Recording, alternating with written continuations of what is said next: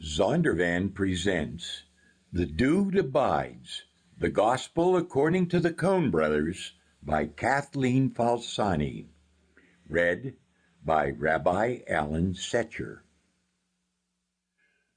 For my father Mario, who took me to see my first movie, The Apple Dumpling Gang, in 1975, when I was not quite 5 years old, and instilled in me a lifelong love of film.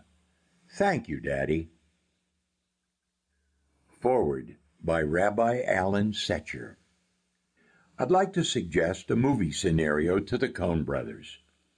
It is the story of a young, arrogant boy who insists that he can single-handedly defeat his country's greatest terrorist. He's called on his boast. He approaches the enemy's weapon of mass destruction with a laser beam of his own invention, and with a few blasts, the enemy's weapon is vaporized. Frightened at the prospect of imminent defeat, the enemy retreats back behind its own boundaries. The kid is a national hero. He's welcomed to the home of the president. Soon after, his friendship with the president's son blossoms into an intimate, some say homosexual, relationship. Countless of the country's rock stars compose tributes to the young hero, and cable channels praise the boy on a 24/7 news cycle. He marries the president's daughter. His popularity ratings far exceed the president's own, and soon the president's jealousy builds to homicidal so that the boy must flee. The president takes out a contract on the boy's life. The plot is foiled, and in the gun battle, the president's son is slain. And the president has a heart attack and dies. The popularity of the boy is so great that he replaces the president. The boy has a guitar talent and appears constantly on nighttime TV, playing his own compositions. One day, while sunning himself on the roof of the presidential palace, he gazes down at the mansion's pool and spots an intern lounging poolside. The boy's chief of staff informs him that the beauty is married to one of his generals. The boy immediately dispatches the general to the front lines, where he is quickly killed. Because his country permits multiple marriages, the intern and the boy are soon wed. Their first child dies, and when the boy laments, "Why?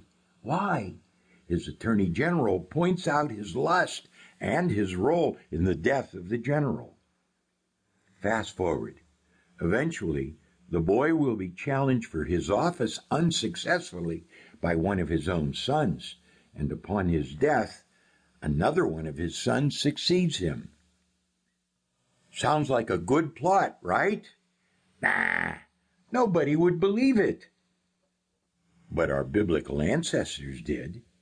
It's the story of King David, the man said to have been the apple of God's eye.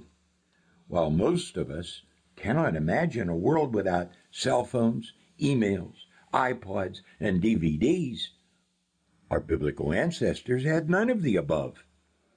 Their mass communication was through spoken stories and pageantry. The early tales were broadcast via fireside chats while tending sheep, conversations while on pilgrimage, or parents at the bedtime hour. By the time of Moses in the Old Testament, we are introduced to thunder and lightning, the sound of the shofar, and the 10 Commandments on a stone slab. Subsequently, we added the role of the Kohen, also called Cone, or Cone, to dramatize the points being made. The high priest surrounded himself with stage props such as fancy clothing, frank incense, burnt offerings, elaborate music, and fiery sacrifices, all to make a moral point. The historian Josephus informs us that in the post-Maccabean period, the high priest was seen as exercising authority in all things, political, legal, and sacerdotal. He was the supreme power. The high priest of the Sanhedrin was also chief. To keep listening to this audiobook for free, click the link in the description. It will take you to a free Audible trial where you can listen to this and many other books for free for 30 days.